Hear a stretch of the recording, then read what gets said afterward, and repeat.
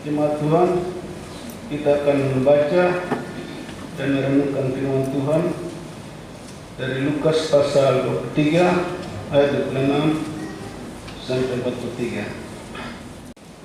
Yesus dibawa untuk disalibkan.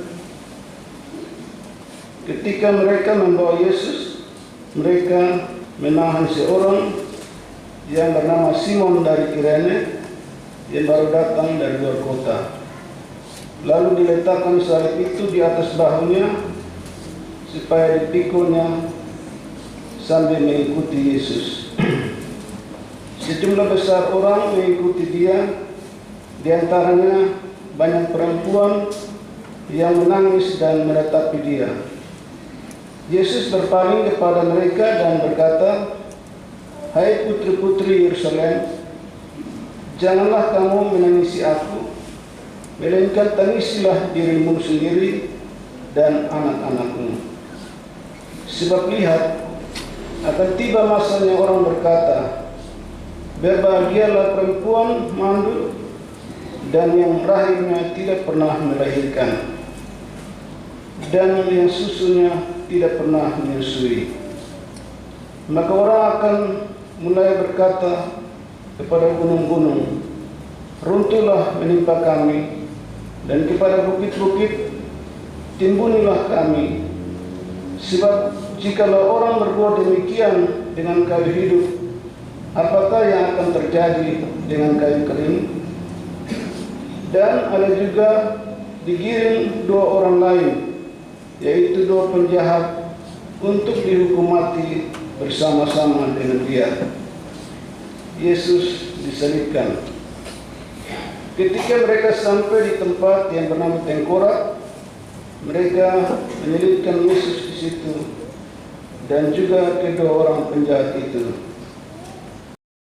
yang seorang di sebelah kanannya dan yang lain di sebelah kirinya. Yesus berkata, "Ya Bapa, ampunilah mereka, sebab mereka tidak tahu apa yang mereka perbuat." Dan mereka membuang undi untuk membagi pakaiannya. Orang banyak berdiri di situ dan melihat semuanya. Pemimpin-pemimpin mengejek dia, katanya, "Orang lain ia selamatkan, biarlah sekarang ia menyelamatkan dirinya sendiri, jika ia adalah Mesias, orang yang dipilih Allah." Juga prajurit-prajurit mengolok-olokkan dia. Mereka menunjukkan anggur asam kepadanya dan berkata, "Jika engkau adalah raja orang Yahudi, selamatkanlah dirimu." Ada juga tulisan di atas kepalanya, "Inilah raja orang Yahudi." Seorang dari penjahat yang digantung itu menghujat dia, katanya, "Bukankah engkau adalah Kristus? Selamatkanlah dirimu dan kami." Tetapi yang seorang menegur dia, katanya, "Tidakkah engkau takut juga tidak kepada Allah, sedang engkau menerima hukuman yang sama? Kita memang selayaknya dihukum, sebab kita menerima balasan yang setimpal dengan perbuatan kita. Tetapi orang ini tidak berbuat sesuatu yang salah." Lalu dia berkata, "Yesus, ingatlah akan aku apabila engkau datang sebagai raja." Kata Yesus kepadanya, "Aku berkata kepadamu, sesungguhnya hari ini juga engkau akan ada bersama dengan aku di dalam Firdaus." Demikianlah firman Tuhan. Berbahagialah orang-orang yang memegang peringatan-peringatannya, yang mencari Dia dengan segenap hati. Hosiana. Hosiana, Hosiana, Hosiana. Salam. Bagi kita yang ada di dalam ruangan dan juga bagi yang di luar.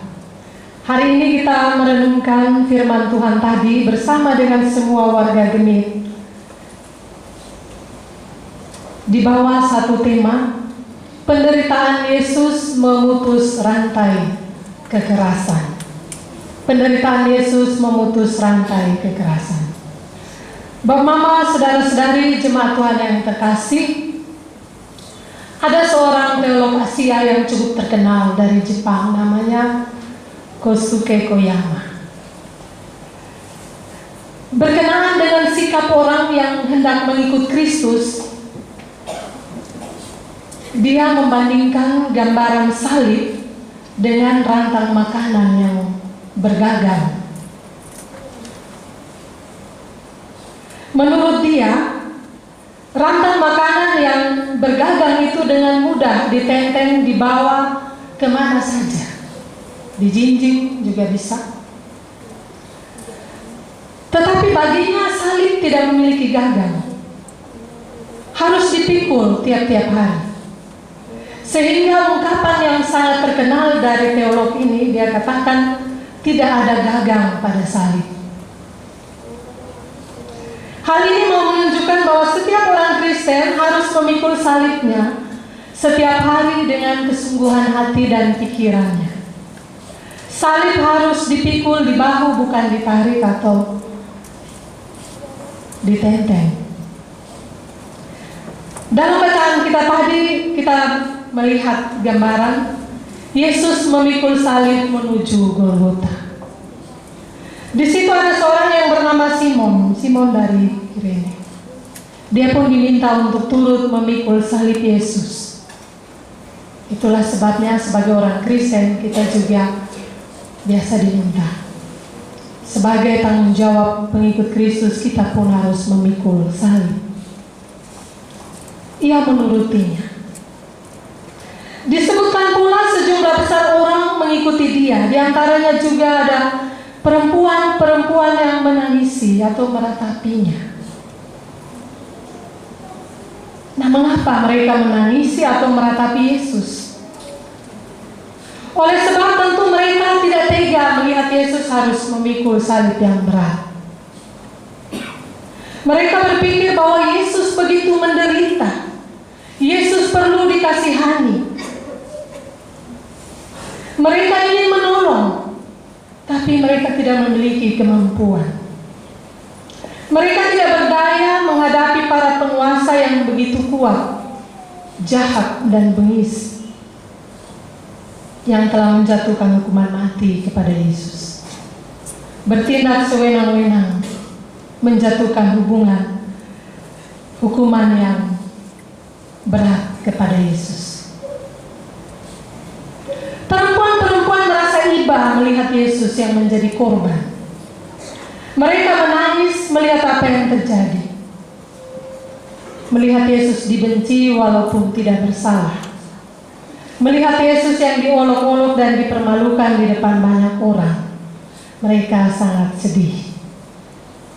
Tema kita katakan penderitaan Yesus memutus rantai kekerasan. Maka tidak bisa tidak kita harus cari tahu kekerasan itu apa. Ya, kekerasan punya pengertian perbuatan seseorang atau sekelompok orang yang menyebabkan cedera atau matinya orang lain, yang menyebabkan kerusakan fisik atau barang orang lain. Dan kalau kita telusuri, memang kekerasan ini banyak macamnya. Tadi di awal dari liturgi sudah juga digambarkan keadaan di Indonesia seperti apa. Ya, banyak sekali macam kekerasan.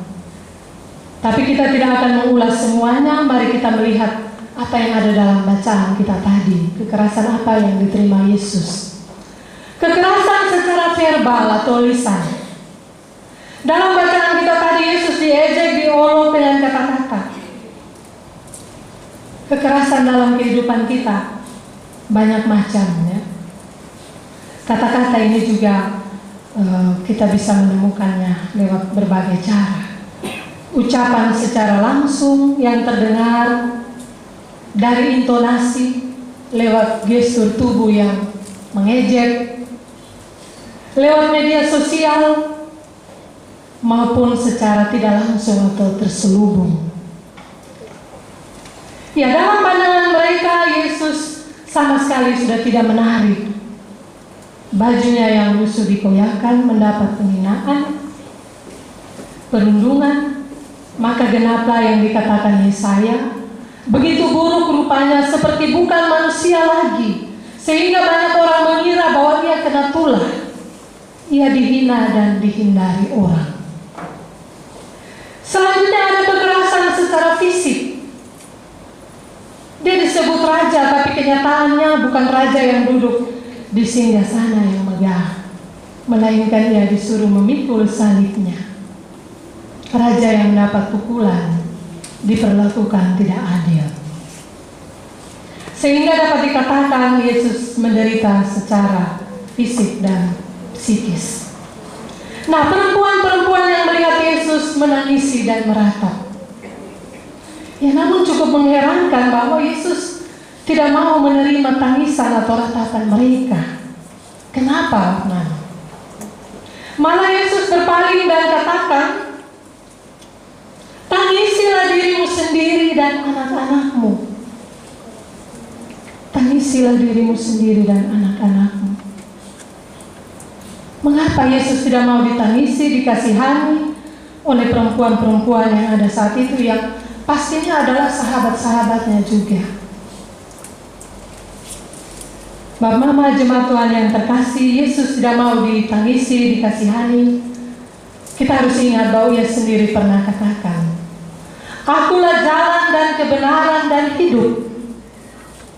Jadi perlu direnungkan secara baik. Sekalipun jalan yang ditempuhnya saat itu adalah jalan penderitaan Via Dolorosa, tapi itu adalah jalan cahaya, jalan kebenaran, jalan menuju kehidupan kekal.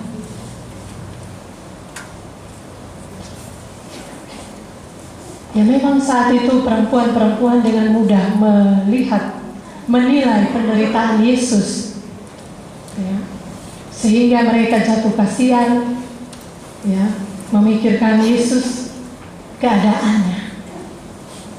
Seringkali dalam kehidupan kita pun demikian, kita salah menilai, ya, sehingga ada ungkapan yang biasa kita dengar, jangan menilai sebuah buku dari cover luarnya saja.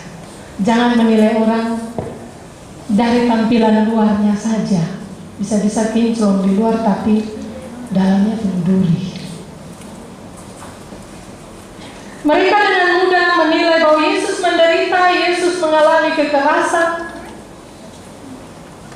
Yesus telah berubah menjadi manusia yang buruk rupa, karena itu harus dikasihani, ditangisi. Padahal kenyataannya sebaliknya, Yesus mengingatkan mereka, tangisilah dirimu sendiri, tangisilah anak-anakmu. Kenapa, Mama?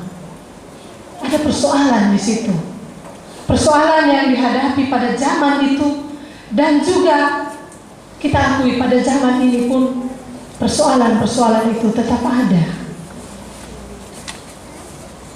Tangisilah dirimu sendiri, dirimu yang tidak mampu menanggung penderitaan karena nama Tuhan, dirimu yang kadang sudah nyaman dengan kenikmatan dunia, dirimu yang mungkin seringkali berjanji kepada Tuhan, tapi seringkali itu juga mengingkari janji kepada Tuhan.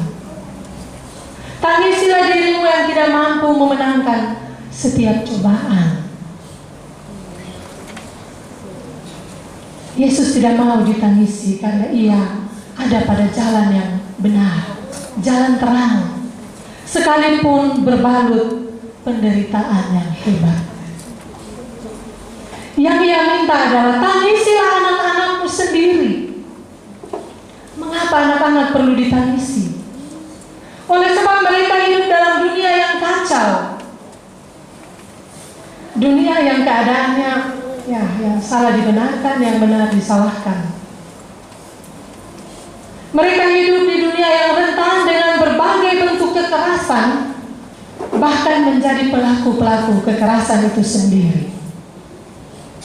Ya, Bapak Mama semua, saya sempat membaca satu media cetak beberapa hari yang lalu. Ya, di zaman sekarang ini orang bilang Alkitab tangan kanan, Quran tangan kiri. Kita melihat perkembangan yang terjadi, lantas tangan kanannya kita lihat apa kata Alkitab. Profesor Aloli Liweria, seorang pakar komunikasi Undana, dia mengulas kekerasan yang ada di zaman sekarang ini. Dia secara khusus mengulas tentang kekerasan secara langsung maupun lewat media sosial. Menarik sekali, di situ dia bilang begini, Bapak. Ada macam-macam. Ada bullying, ya. Bullying saya pikir itu sudah cukup familiar di telinga kita, ya. Tindak kekerasan secara langsung, tidak langsung, ejekan tentang keadaan hidup seseorang, atau apa saja tentang seseorang, itu kita membuli seseorang. Tapi dia juga katakan ada juga model baru, namanya flaming. Ya. Kekerasan yang terselubung lewat media sosial. Semisal begini, Bapak Mama, seseorang dia pasang status bijak, ya, di medsos. Ya, bagi orang yang tidak mengenal dia, orang wah bagus sekali, postingannya mantap. Tapi bagi lingkaran pertemanan terdekat, para kolega, sahabat, kenalan yang dekat, pasti tahu ada sesuatu yang terjadi. Lantas dia mulai menghubungi secara pribadi atau lewat grup privat yang marak sekali saat ini. Dia akan tanya, kenapa lu pasang status itu untuk itu orang tuh? Ya, mulailah dibahas di situ dalam grup-grup privat.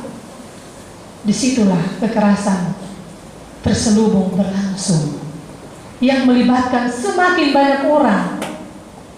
Itu menurut Prof. Alo. Selain itu ada juga yang namanya body shaming, Bapak. Celaan terhadap fisik seseorang. Ya, secara langsung, secara tidak langsung juga, ya, lewat media sosial. Hidup badan pun bulat lah, atau hidup badan ke tiang listrik sah. Nah, Mama tolong, itu merupakan ejekan terhadap fisik seseorang. Jadi mau kok kurus, kok terserah dia. Memangnya kalau ada ditambah dia beras berapa kilo kok dia makan. Terimalah orang lain apa adanya, hargailah orang lain apa adanya. Jangan kita menjadi korban iklan yang pakai standar tertentu. Standar kecantikan, kegantengan itu ada standar tertentu yang dibuat untuk tujuan komersil. Oh, cantik itu harus yang rambutnya lurus, putih, bibirnya merah. Ya. Ganteng itu yang seperti ini. Akhirnya kita menjadi korban. Ketika tidak sesuai dengan yang ditunjukkan oleh iklan, kita mulai menghina orang lain. Ini juga kekerasan, Mama. Ya, belum lagi ejekan dalam bentuk yang lain tentang, ya, bentuk hidung seseorang, bentuk matanya, rambutnya, warna kulit, dan masih banyak lagi. Itu juga merupakan ejekan, ya. Itu adalah keadaan hidup yang dialami oleh kita pada masa kini, oleh anak-anak kita, khususnya anak-anak ini. Ya, hampir setiap anak punya media sosial, dan bisa jatuh dalam semua hal yang disebutkan tadi. Terlalu banyak masalah yang dihadapi. Bapak Mama jemaat Tuhan yang terkasih, diakui bahwa anak-anak kita yang hari ini akan mengikrarkan janji setianya kepada Tuhan, 36 orang. Mereka punya banyak potensi di dalamnya. Tapi dalam sesi meditasi, mereka mengeluarkan banyak sekali unek-unek.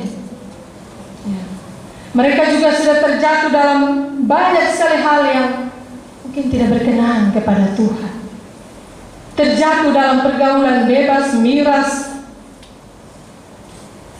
konten-konten film, video yang tidak senonoh, kenakalan, pemberontakan terhadap orang tua, pacaran beda agama pun ternyata dilalui. Nah, inilah realita yang terjadi di tengah-tengah kehidupan kita saat ini. Dalam keadaan yang seperti itulah maka tepatlah bila Yesus katakan, tangisilah dirimu sendiri, tangisilah anak-anakmu. Bukan hanya menangis, aduh ini hari dong berucap janji setia kepada Tuhan, bukan. tapi disertai dengan doa, pergumulan yang sungguh-sungguh kepada Tuhan. Tidak perlu menangisi Yesus atas segala penderitaan yang dialaminya. Oleh sebab ia sungguh taat pada kehendak Bapaknya. Kalaupun ia ada pada zaman penderitaan, toh itu tidak merugikan siapapun. Dan sudah pasti penderitaannya mendatangkan sukacita dan keselamatan bagi banyak orang. Begitu sulit dan berat kehidupan yang dijalani oleh umat Tuhan pada masa Yesus maupun pada masa kini. Tidak heran Yesus pun katakan, akan tiba saatnya di mana orang berkata, berbahagialah perempuan mandul dan rahim yang tidak pernah melahirkan dan yang susunya tidak pernah menyusui. Ya, ayat 30 dan 31 adalah bahasa-bahasa kiasan. Bahasa-bahasa kiasan bagi kita dalam menghadapi kehidupan dalam rumah tangga kita, entah pasangan hidup, anak-anak. Apalagi kalau anak-anak suka membangkang, tidak mengindahkan nasihat orang tua, teguran orang tua, maka orang tua sudah sampai pada level putus asa. Lebih baik mati daripada hidup nih. Makan hati terus setiap hari, percuma. Ya, semoga saja tidak ada yang seperti itu. Ayat 32 pun katakan, ya ada di situ gambaran tentang kayu hidup dan kayu mati, kayu kering. Ya, kayu hidup menunjuk pada orang-orang beriman. Kayu kering adalah orang-orang yang tidak beriman. Itu artinya orang yang beriman saja masih dapat goyah terhadap berbagai-bagai bentuk kejahatan, kekerasan yang ada di tengah-tengah dunia. Apalagi dengan mereka yang tidak beriman. Nah, pertanyaannya bagaimana supaya dalam hidup ini kita pun dapat memutus rantai kekerasan seperti yang diminta dalam tema kita tadi. Mari kita belajar firman Tuhan ini. Yang pertama, jangan kita salah menilai. Jangan salah menilai orang, jangan salah menilai zaman. Jangan salah menilai segala yang terjadi dalam hidupmu. Para penguasa salah dalam menilai Yesus. Orang benar dipersalahkan, orang yang salah, para penjahat dibenarkan. Seperti perempuan-perempuan juga yang salah menilai Yesus. Mereka merasa bahwa Yesus perlu dikasihani atau ditangisi. Padahal ternyata diri mereka dan anak-anak mereka lah yang harus ditangisi. Ya, kadang dalam kehidupan kita salah menilai. Ini orang dia miskin lah, pakai baju yang itu rumah justru mau jatuh. Tapi tanpa kita ketahui dalam pandangan Tuhan, mungkin saja hidup beriman orang itu lebih baik dari saudara. Mungkin karena ketaatannya, kesetiaannya kepada Tuhan yang tidak ditunjukkan kepada saudara. Coba kita periksa kembali cerita tentang Lazarus dan orang kaya.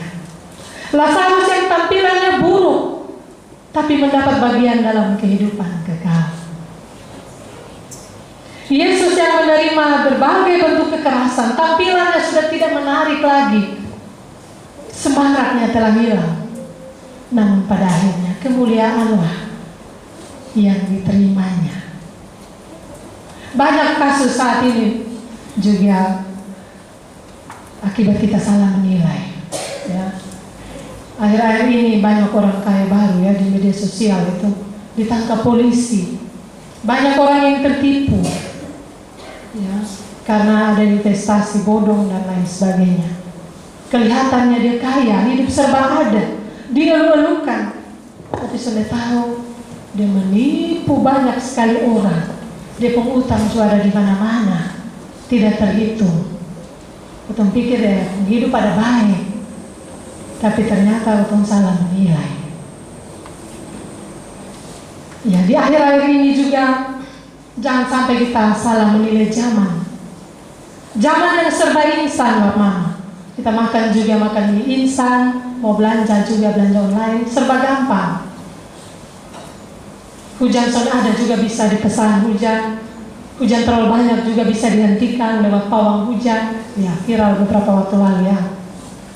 Malah banyak orang yang kagum, aduh ternyata dia bisa ya. Tidak sedikit juga orang Kristen yang mungkin juga kagum.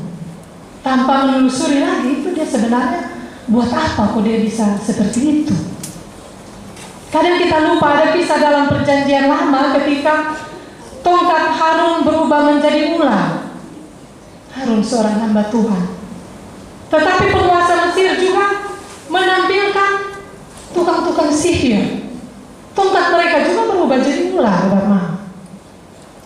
Ya, ketika ada ini pawang hujan ini ya, kami yang dulu pendeta di kampung-kampung biasa doa minta hujan juga mana.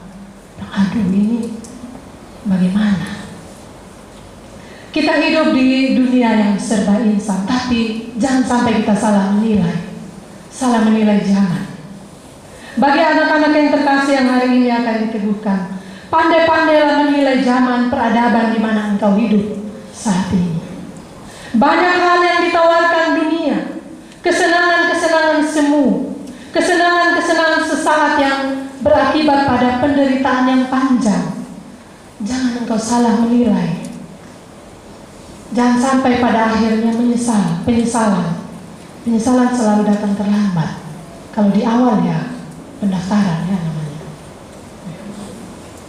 Tawaran dari teman, tawaran dari ya yang ada di media sosial tidak semuanya baik. Karena itu pandailah menilai supaya jangan salah memilih dan berakibat pada penyesalan. Jangan kita salah menilai seperti para penguasa saat itu yang menilai Yesus. Demikian juga dengan para perempuan yang salah menilai Yesus. Yang kedua, bagaimana supaya rantai kekerasan dapat diputus? Mari belajar dari bacaan tadi.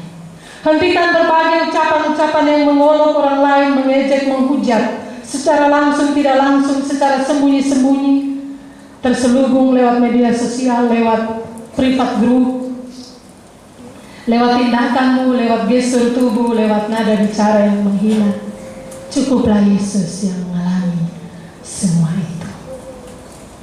Jalan yang berat telah dijalani Yesus. Dan itu semakin berat ketika di puncak penderitaannya, ia juga masih tetap menerima ejekan dari penjahat yang ada di sampingnya. Bukankah engkau adalah Kristus? Selamatkanlah dirimu dan kami. Itu merupakan satu ejekan kepadanya. Sudah jelas-jelas bersalah, menderita karena perbuatannya sendiri. Nyawa sudah di ujung tanduk, tapi sama sekali tidak ada penyesalan diri dalam diri penjahat tersebut. Itulah kedegilan hati manusia, hanya mau membenarkan diri sendiri, mengejek dan mempersalahkan orang lain.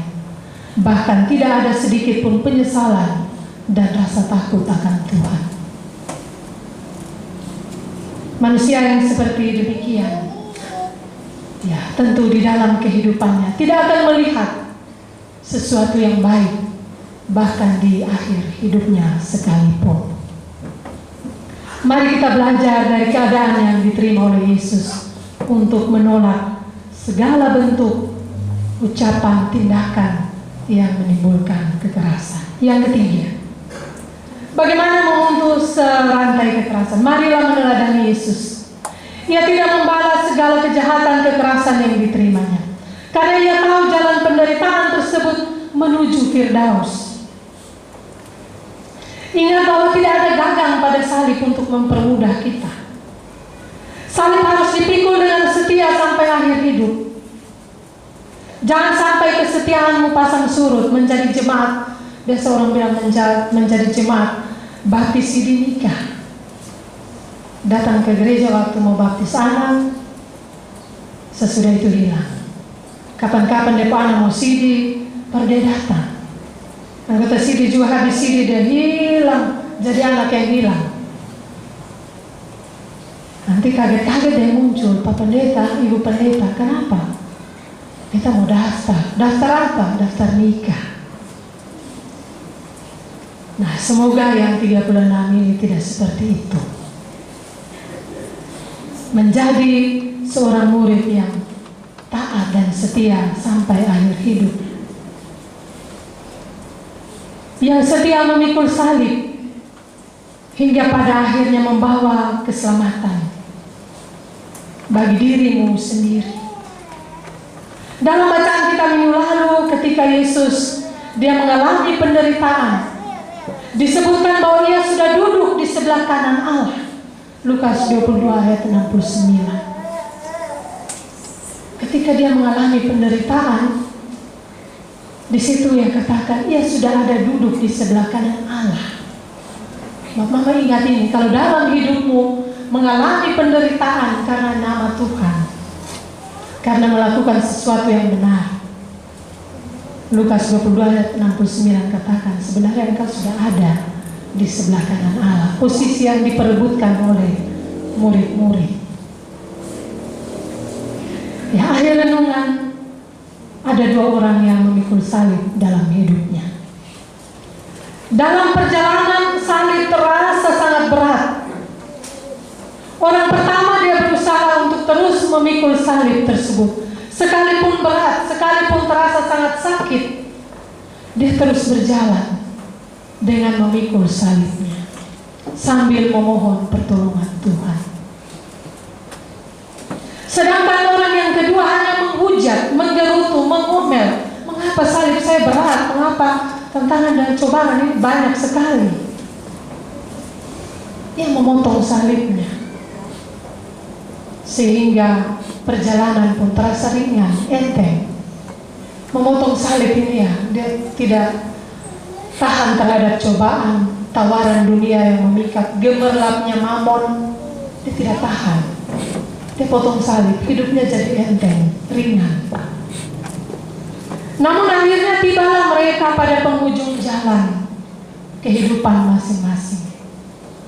Ternyata ada jurang yang harus dilewati, diseberangi untuk sampai pada kehidupan kekal. Orang pertama yang salibnya utuh ya, yang dalam hidupnya mau, bersedia, setia menanggung berbagai penderitaan karena nama Tuhan. Salibnya utuh menjadi jembatan untuk sampai ke surga, tempat yang senang. Sedangkan orang yang kedua, yang dengan mudah memotong salib, membuang salib karena mengejar kesenangan dunia, ia tidak pernah sampai ke seberang. Ada jurang yang menganga, yang menantinya. Sekali lagi ingat cerita Lazarus ya. Ada jurang yang terbentang antara aku dan engkau. Jurang itu harus dilewati dengan apa? Dengan salib Kristus. Salib Kristus yang tadi diberikan kepada Simon. Salib itu juga lah yang diberikan kepada kita semua untuk kita pikul sampai akhir hidup kita. Jangan buang salib, jangan potong salib, sekalipun berat. Jalanilah dengan sukacita, maka akan selamatlah jalanmu sampai pada tujuan. Seperti yang dikatakan Yesus pada seorang penjahat yang bertobat. Sesungguhnya hari ini juga engkau ada bersama-sama dengan aku di dalam Firdaus. Tuhan kiranya menolong kita dengan firman-Nya. Amin.